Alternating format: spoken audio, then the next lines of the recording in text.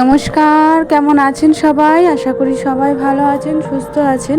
সোনা অফিসিয়াল 410 আর একটি ব্লগে আপনাদের সবাইকে জানাই অনেক স্বাগত, ভালোবাসা। আগের দিন তো আপনারা জানেনই আমি হাসপাতালে গেছিলাম, তবে ভর্তির কোনো ব্যাপার হয়নি। ডাক্তার অনেক কিছুই বলেছে, সেটা পুরোটাই আপনাদের সঙ্গে শেয়ার করব। পুরো ভিডিওটা দেখতে থাকুন। আগের দিন অর্কেস্ট্রায় যে জামাটা পরেছিলাম সেটা একটু রোদ খাইয়ে ভাঁজ টাজ করে নিয়েছি। আজকে একটু টুকিটাকি কাজ আছে, সেগুলোই সারবো। এদিকে প্রায় শীত পড়ে গেছে বললেই চলে। তো শীতের কিছু জিনিসপত্রও আজকে বার করব ভাবছি আলমারি থেকে। তার সঙ্গে ব্ল্যাঙ্কেটটাও বার করব, কেননা ভোর রাতের দিকে বেশ ঠান্ডাটা পড়ছে জাকি। তো চাদরটা সেই হিসাবে মানছে না শীতে। আগের দিন এই জামাটা পরে গেছিলাম, সেই জামাটাই ধুয়ে দিলাম। তো চলো, মেলার জায়গা নেই বলে আমাদের জানলাটাই সম্বল। এরপরে যে কি করব সেটাই ভাবছি। তোমরা তো জানোই নবদ্বীপে এখন রাস রয়েছে, ভয়েস ওভার দিতে পারছি না, চারিদিকে টাসা বাজনা মাইক ডিজের এত আওয়াজ শোরগোল। সেই হিসাবে তোমরা একটু অ্যাডজাস্ট করে নিও। আমার এদিকে আজকে রান্নাবান্না দেখি কি করি, আগে এদিকে কাজ মাছগুলো সামলে নিই, তারপরে টুকিটাকি কাজ বলতে ওই ইন্ডাকশানটা একটু আলমারিতে গুছিয়ে তুলে রাখবো। আর এদিকে ওর কাকার কিছু কাজের জিনিস ঘরের মধ্যে ছড়িয়ে ছিটিয়ে রয়েছে। আগের দিন কলকাতায় গেছিলো, সেই কলকাতা থেকে যে মালপত্রগুলো এনেছিল কাজে নিয়ে গেছে, তার মধ্যেও কিছু জিনিস বাইরে পড়ে রয়েছে। তো সেগুলো একটু সময় পাইনিও তোলার, সেগুলো আমি তুলে গুছিয়ে ঢুকিয়ে রাখবো। আর আলমারিটা খুলে কম্বলটা আর একেবারে ওর ব্যাগটা একেবারে কিছু যেগুলো ঢোকাবো, আর যেগুলো বার করে সেগুলো বার করে নেব। নবদ্বীপে এখন চারিদিকে রাস, বাড়িতে বেশ কিছু লোকজন এসছে। তাদের মধ্যে থেকে অনেকেই এসছে, আমাদের বাড়িতেও বেশ কিছু লোকজন এসছে। আর সারা নবদ্বীপে কম বেশি আজকে মানে এই সব দিনে প্রচুর লোকজন সমাগম বেড়ে গেছে। রাস্তায় পা দেওয়ার মতো অবস্থা নেই। এই ডাস্টারটা নতুন নিয়ে আসতে বলেছি, এখন যেহেতু বসে ঘর মুছি না, অনেক দিন হয়ে গেছে ঘর মোছা হয় না। তা সেই হিসাবে ওকে বলেছিলাম একটু ডাস্টার এনে দিও, তা আমি দাঁড়িয়ে দাঁড়িয়ে ঘরটা মুছতে পারবো। চলুন জিনিসপত্রগুলো ঢুকিয়ে রাখি, আর কম্বলটা বার করে রোদে দিয়ে নেব। পুরো ভিডিওটা দেখতে থাকুন, পাশে থাকলে একটা লাইক করে দেবেন আর সাবস্ক্রাইব অবশ্যই করবেন। আমি আবার জানেন তো প্রচুর শীত কাতুরে। আগে আমার এরকম একটা কম্বল সারা বছরের জন্য থাকতো। আসলে বাপের বাড়ি টিনের ঘর তো, কম বেশি ভোরবেলার দিকে ঠান্ডা লাগতো, তো সেই হিসেবে আমার খুব কাঁপুনি। আগাগোড়ায় বেশ ঠান্ডা মানে আমার ধাত আছে, বেশ ঠান্ডাতে বেশ কাবু আমি। তাও বলি যে বরফের দেশে ঘুরতে যাওয়ার শখ আমার কোনো দিনই যাবে না, জানি না ভগবান কবে নিয়ে যাবে। সংসারের খুঁটিনাটি কাজ আমার এইটুকু ঘরের মধ্যেই সীমাবদ্ধ থাকে। তোমরা যদি দেখতে চাও আমার পুরো বাড়িটা, কমেন্ট করে জানিও, অবশ্যই আমার হাউস ট্যুরটা দিয়ে দেবো। এদিন চেম্বারে ফোন করে জানিয়েছিলাম, তো চেম্বারে বলেছিল প্রায় 5টা-6টা বেজে যাবে। তা সেই হিসাবে মাসি হাসপাতাল থেকে ফোন করে জানালো, বৌমা তুমি এখানে চলে এসো, 11টার মধ্যে ডাক্তার ঢুকে যাবে। তো আমরা 12:30টার মধ্যে গেছি। রাস্তাঘাটের অবস্থা তো আপনারা দেখেছেনই, 3-4টে রাস্তা ঘুরে তারপরে গেছি। এদিকে সকালবেলায় আগের দিনে একটু তরকা রুটি ছিল, সেটাই খেয়ে নিচ্ছি, আর আগের ওষুধগুলো খেয়ে নিচ্ছি দিয়ে। তারপরে যাই হোক, তারপরে আমরা গেলাম হাসপাতালে, পৌঁছালাম। ওখানে ডাক্তার ছিল, ডাক্তার দেখে চেক আপ করে বলল যে একটু সমস্যা, এইটা যেটা আমার হচ্ছে আর কি, সেটা স্বাভাবিক, সেটা ন্যাচারাল, সেটা নিয়ে ভয় পাওয়ার কোনো কারণ নেই। কিন্তু যদিও বা যদি কোনো সমস্যা মানে হয় আর কি, তাহলে যেন 2 সপ্তাহের মধ্যে 2 সপ্তাহ অন্তত রাখতে হবে। মানে আর কিছুদিন রাখলে হয়তো ভালো হবে, চেষ্টা করতে হবে যাতে 2 সপ্তাহ থাকে, তাই সময়টা যেন তাড়াতাড়ি আগে না আসে। এদিকে দেখুন ছোটু, আমার খাওয়া শেষ, ওর খাওয়া শুরু। আসলে তরকারি, ঝাল তরকারি বেশ বড্ড ভালোবাসে, সেটাই ও চেটে চুটে খাচ্ছে। দেখুন বেশ পরিষ্কার করে খেয়ে তারপর উঠবে। তারপরে নেই ডাস্টারটা নিয়ে খেলাধুলা আরম্ভ করে দিয়েছে। তো যাই হোক, এদিকে ডাক্তার বলল আলট্রাসাউন্ড ছবিটা করতে, তো সেটাও করে নিয়েছি।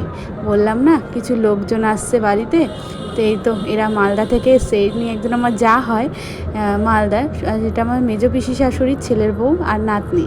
আর এদিকে মেজদি স্নান টান করে সে বলছে আমার চুলটা একটু আগাটা ছেটে দে, সেটাই ছেটে দিচ্ছে। আজকে আর রান্নাবান্না আমার কিছু নেই জানেন, শরীরটা যেহেতু ভালো নেই, দাঁড়িয়ে দাঁড়িয়ে রান্নাবান্না কিছু করতে পারছি না। ওর জন্য আজকে রান্নাবান্না করবো না, শুধু ভাতটাই করব। মেজদি যা রান্না করবে সেখান থেকে নিয়েই খেয়ে নেবো। মেজদিকে আমি প্রায় একটু চুলটা ছেটে দিই। মেজদির জানেন তো খুব ছোট চুল ছিল, একদম ঘাড়ের ওই ওপরে। হ্যাঁ, একটু একটু করে আমি 2-3 মাস পর ছেটে দিই, তারপরে ওর চুলটা এত বড় অবধি এসছে। তাই আমি বললাম বেশ লিকলিকে হয়েছে তোর চুলটা, এমনিতেও পাতলা, একটু যদি কেটে নিস চুলটা বেশ ভালো বাড়বে আরও, এই হিসাবেই ও চুলটা কাটলো। এদিকে চালটা ধুয়ে টুয়ে আমি রেখে দেবো, পরে ভাতটা বসাবো। মেজদি বেশি কিছু করবে না আজকে, যেহেতু চারিদিকে রাস, দাদাও এখন খুব ব্যস্ত রাসের মধ্যে, এখন নবদ্বীপে রাসবাসী এখন রাস নিয়ে মেতে উঠেছে, তা আমাদের বাড়িই বা বাদ যায় কেন। তো যাই হোক, এদিকে আমি চালটা ধুয়ে টুয়ে রেখে দেবো। আর আগের দিন যে আম এনেছিলাম হাসপাতাল থেকে, আম মাখাটা, সেই আম মাখাটা ফ্রিজ থেকে বার করে একটু রোদে রেখে দিয়েছিলাম, যাতে একটু হালকা গরম হলে সেটা খেতে পারি। ফ্রিজে এনে রেখে দিয়েছিলাম তো, বেশি ঠান্ডাটা খাওয়া যাবে না, সেই হিসাবে একটু রোদে রেখে দিয়েছিলাম যাতে গরম হয়ে যায়। এত সুন্দর খেতে মানে মাখাটা হয়েছিল, সে কি বলবো। আমি তো এতটা একা খেতে পারবো না, চলুন নিচে নিয়ে যাই, নিচে গিয়ে দেখি কে কে খায়, সবাই মিলে একটু শেয়ার করে খেয়ে নিই। কম বেশি এখানে সবাই শেয়ার করে খেয়েছি। এবার তারপরে যাব ওপরের দিকে। আর ঝাল যা দিয়েছে না, ঝাল টক মিষ্টি এত সুন্দর। তারপর মেজদি বললো, তোর যখন ঝাল লেগেছে ফ্রিজে দেখ আইসক্রিম আছে, আইসক্রিমটা খা, দিনের বেলাটাও আইসক্রিমটা খেলে তো ঠান্ডাও লাগবে না, অসুবিধাও হবে না। সেই হিসেবে রোদ আছে দেখলাম, তো আমি আইসক্রিমটা খেয়ে নিলাম। আইসক্রিমটা বড্ড সুন্দর ছিল খেতে, আইসক্রিম খেতে বেশ ভালো লাগে, কিন্তু আমি এখন আইসক্রিম কিছু খাই না ঠান্ডা লাগার ভয়ে। এদিকে মেজদি আজকে আমড়া দিয়ে টক ডাল বানাচ্ছে, আর একটু বেগুনি ভাজবে, পাঁপড় ভাজবে, ওই দিয়েই খেয়ে নেবো। আজকে আমাদের উনিও কাজে ব্যস্ত, রাস হলে কী হবে, কিন্তু কাস্টমাররা ছাড়ছে না। এদিকে দেখো রাস্তা দিয়ে হকারি যাচ্ছিল পাঁপড় বিক্রি করতে করতে, অর্পণ দুটো পাঁপড় নিয়ে এসে, একটা আমার জন্য একটা ওর জন্য। দেখুন পাঁপড়গুলো বেশ ভালো লাগে, এক একটা ফ্লেভারের পাঁপড়, যাই হোক দুটো রকম ফ্লেভার। চলুন এগুলোকে ভাজতে হবে। অর্পণের এখন বায়না উঠেছে পাঁপড় ভাজা খাবে, তো যে কোনো একটা পাঁপড় ওকে ভেজে দিতেই হবে। তো একটু পাঁপড়গুলো ভেজে নিই, আমিও ভাবলাম খাই, মুখটা খুব খুচুর খুচুর করছে, মনে হচ্ছে কী খাই। এই পাঁপড়টা ভেজে নিয়ে গিয়ে এখন একটু সবাই মিলে খাবো, তারপরে আবার দেখছি কখন দুপুরে খাওয়া যায়।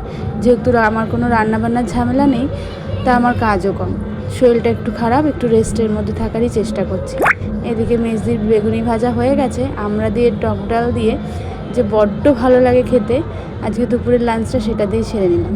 সঙ্গে আগের দিন জানেন তো মাংস করেছিলাম, তার মধ্যে থেকে এই সলিড মাংসগুলো রেখে দিয়েছিলাম। সে বলেছিল একদিন পকোড়া করে খাইও, তোমার যদি শরীর ভালো থাকে।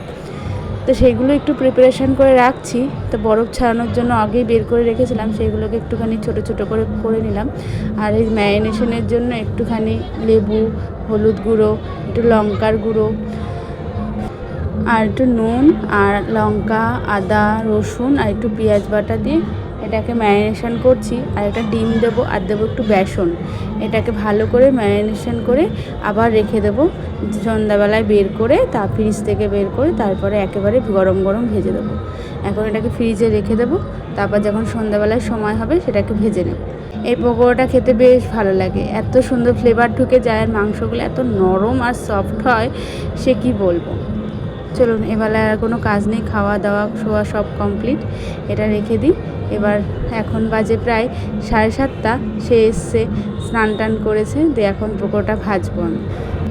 তোমরা সবাই কেমন আছো, সুস্থ আছো, আশা করি তোমরা সবাই ভালো থেকো। আমার ভিডিও যদি তোমাদের ভালো লাগে অবশ্যই লাইক কমেন্ট করো, আর একটা সাবস্ক্রাইব করে দিও, এইভাবে আমার পাশে থেকো। ভিডিওটা যদি ভালো লাগে অবশ্যই একটা লাইক করে দিও।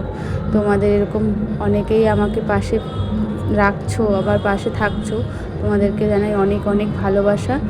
যদি কোনো ভিডিওতে কোনো ভুল ত্রুটি হয়ে থাকে অবশ্যই জানাবে, আমি শুধরে নেওয়ার চেষ্টা করব। এদিকে পকোড়াগুলো প্রায় ভাজা হয়ে গেছে, এইগুলোই আস্তে আস্তে ভেজে নেব, বাকিটা দিয়ে তারপরে একেবারে ও স্নান থেকে বেরিয়ে আসলে গরম গরম ওকে দিয়ে দেবো। আবার একটু তাড়াতাড়ি দিতে হবে, খেয়ে দিয়ে বাবু আবার বেরোবেন, মনে হয় লেবারদের টাকা পয়সা পেমেন্ট করার ব্যাপার আছে। তো রাস সামনে, যেহেতু রাস চলছে, ছেলেপেলে এই রাসের মধ্যেও খুব কাজ করে দিয়েছে ওকে, কারণ অনেকেই ছুটি চাইছিল, যেহেতু কাস্টমার ছাড়ছিল না, তাই এই রাসের মধ্যেটুকু কাজ করতে হয়েছে লেবারদেরকে। এদিকে আমার প্রায় ভাজা শেষ, বেশ সুন্দর গন্ধও ছেড়েছে, আর মাংসর মধ্যে এত সুন্দর ফ্লেভার ঢুকেছে কি বলবো। আমি তো ভাজছি আর খাচ্ছি, জানেন আমার আবার এরকম পকোড়া বড়া ভাজলে না বেশ তস হয় না, শুধু ভাজি আর খাই। যাই হোক, এখানে আমার রেডি হয়ে গেছে। আপনারা সবাই ভালো থাকবেন, সুস্থ থাকবেন। আজকের ব্লগটা আমি এখানেই শেষ করছি। আপনারা এইভাবেই আমার পাশে থাকুন, আর আপনারা নিজেরাও সুস্থ থাকুন।